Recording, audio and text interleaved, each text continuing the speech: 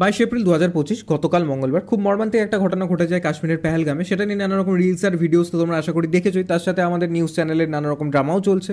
সবটাই পিআর আর কন্টেন্ট, কিন্তু এই সবার মধ্যে খুব ইম্পর্টেন্ট কোয়েশ্চেন একটা রেজ করতে সকলে হয়তো ভুলে গেছে। আর সেটা নিয়ে আমি আমার বক্তব্য রাখার জন্য ভিডিওটা বানাচ্ছি যে আমরা কি জানি আতঙ্কবাদীদের মেন উদ্দেশ্যটা কি? টেরর ছড়ানো বা ভয় ছড়ানো সমাজের মধ্যে। তাহলে এই একদল মানুষকে মারা, একদল মানুষকে ছেড়ে দেওয়া, এটা কেন?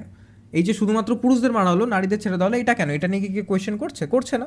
সেটা নিয়ে আমি আমার বক্তব্যটা রাখতে চাই যে এটার পিছনে নিশ্চয়ই তাহলে একটা খুব সুন্দর ফর্মুলা রয়েছে। এই যে একদল মানুষকে ছেড়ে দেওয়া হলো, মানে এই ক্ষেত্রে নারীদের ছেড়ে দেওয়া হলো, তারা খুব সুন্দর করে সমাজে ফিরে এসে এই যে টেররের এই ভয়ের গল্পটা বর্ণনা করবে, যে কিভাবে প্রথমে পরিচয় জানতে চাওয়া হয়, ধর্ম জানতে চাওয়া, এবং তারপর সেই ধার্মিক পরিচয়ের ভিত্তিতেই পুরুষদের কপালে সোজা গুলি করে তাদের মেরে ফেলা হয়।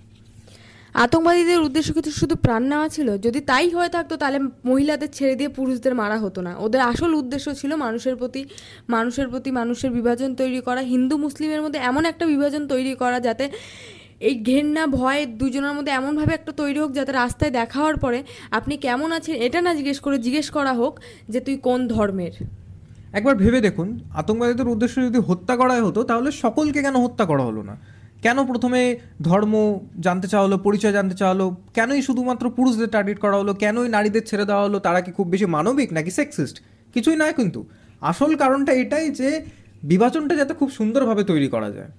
এছাড়াও এই যে বিভাজনটা তৈরি হয়ে গেল, এটা নিয়ে মানুষের মধ্যে একটা খুব সুন্দর এই হিন্দু মুসলিমের বিতর্ক আবার চলতে শুরু করবে। আর মানুষ আসল কোয়েশ্চেনটাই করতে ভুলে যাবে যে নিরাপত্তা ব্যবস্থার এত গাফিলতি হলো কি করে। আমি একটা খুব সুন্দর সিনারিও দিয়ে বোঝাতে চাইছি যে আমাদের কাশ্মীরে গিয়ে যদি আমরা একটা গাড়ির ডিকিতে একটা খেলনা বন্দুক নিয়ে ঘুরতে চাই, তাহলে কিন্তু আমরা ঠিক পুলিশের হাতে ধরা খেয়ে যাবো। খেলনা বন্দুকও যদি হয়, তাহলে এই যে পুরো জঙ্গিরা এরা পুরো ঢুকে পড়লে একটা টুরিস্ট স্পটে, এতগুলো মানুষকে 26টা মানুষকে একসাথে গুলি করে মেরে ফেললো, কী করে পসিবল?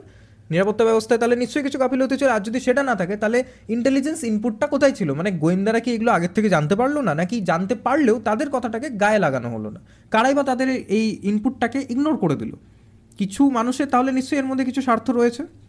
এই সব কিছুর মধ্যে রয়েছে রাজনৈতিক অ্যাঙ্গেল, যেটা আমাদের সবাইকে জানতে হবে।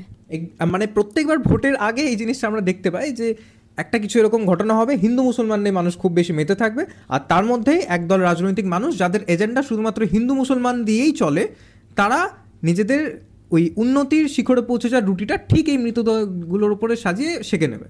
আর আমরা এদিকে হিন্দু মুসলমান করতে থেকে যাব। তাদের উন্নয়ন দিয়ে তো তাদের মানে চলছে না রাজনীতিটা, তাই জন্য ওই একদল মানুষ এই হিন্দু মুসলমানের এজেন্ডা দিয়ে ঠিক কাটিয়ে নিচ্ছে। আর আমরা এদিকে গিবলি আর্ট বানাচ্ছি।